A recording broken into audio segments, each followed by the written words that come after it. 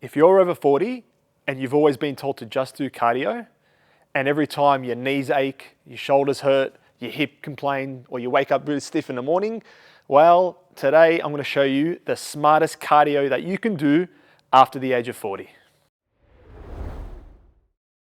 So I just wanted to go on a little bit of not a rant as such, but just this is what is happening to your body after the age of 40 that most fitness advice ignores, especially for the over 40s. So firstly, cartilage. Now, the cartilage in your knees or in your hips or your ankles, it's going to accumulate wear and tear over 40 years. Let's just say that you've been training for X amount of, let's say 30 years you've been training. Your cartilage is going to develop wear and tear.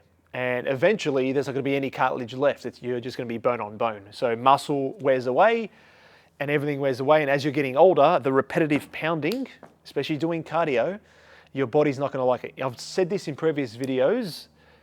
My personal thing is about cyclists and running and all that stuff. It's good for you. It's good for your heart. It's good for everything else, but it's bad for your body. It's bad for the posture. It's bad for the bones. Now, I'm not saying to stop doing those things because I know people love them. But I'm just going to tell you today the smartest ways to do cardio that's going to limit the damage to your body. So when you do get older, you're not going to be going forced to seeing the allied health professionals, getting massages and all these things because your body's breaking down as such. I want you to keep doing those things as you're getting older so you don't therefore sort of crash and burn. So this is just the smart cardio exercises that you can do. So firstly, it's we want to do cartilage. And then I'm going to go into these exercises that I'm going to show you now with the smartest cardio for joint health.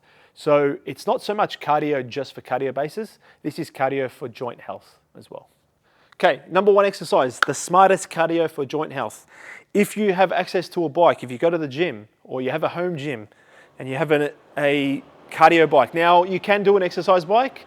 I like an air bike. It's a resistance bike. It's a little bit harder, but it helps to strengthen up your joints. So it puts just enough pressure on the knees, just enough pressure on the hips without damaging. So if you do like cycling, I would highly recommend people getting into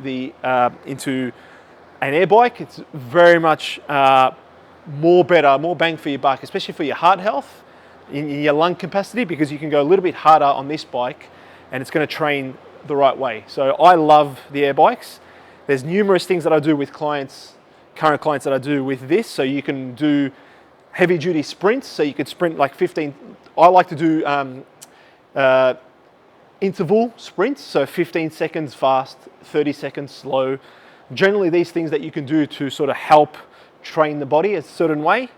The one I love is just 10 calories as quick as you can go. So generally people do that between 15 and 30 seconds, depending on male or female. But those are the two that I bounce around with, especially with the bike. It's such a good exercise to do for your body, and it lessens the load on your joints. Because when you're going out running, you're going out cycling, you're pounding the pavement. I've said this in previous videos. It's not good. It's not good for your body. It's good for your heart, good for your lungs, but it's not good for your body. So I'm just trying to tell you the best ways that you can use cardio to your advantage as you're getting older. And the exercise bike is the best exercise that you can do. It's number one. That's why I started with this, because it's the best one. It's my favorite one.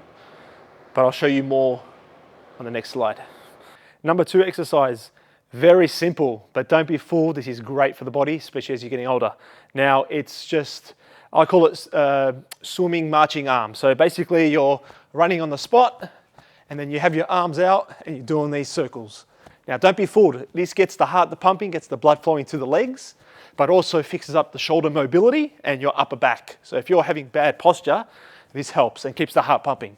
One of the best exercises you can do for cardio. Now, I know you're running on the spot and you might be doing this outside, which counteracts what I said before, but if you're in the gym and you've got a soft surface, this is fantastic. And you dictate the speed. So if you're going slow, you can go fast, you can go slow. Again, alternate the speed and just keep going. 2-3 minutes like this, it's not easy. Like you do it properly and just challenge yourself. And by the time the 2 minutes runs out, your shoulders are burning, your upper back's burning, your core's aching because you're trying to keep your body upright.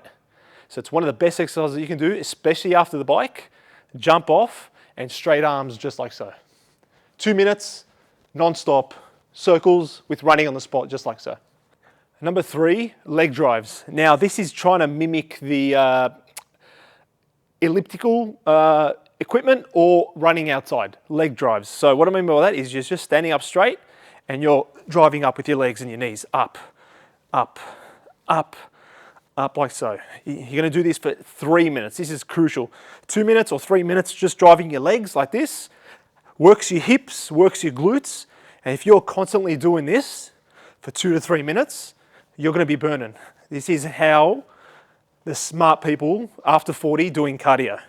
This is the smart way to do cardio after 40. Because this is, again, lessen the load on your joints, strengthens up the right areas, keeps the heart pumping, the heart flowing without doing too much damage to your body, too much damage to the posture.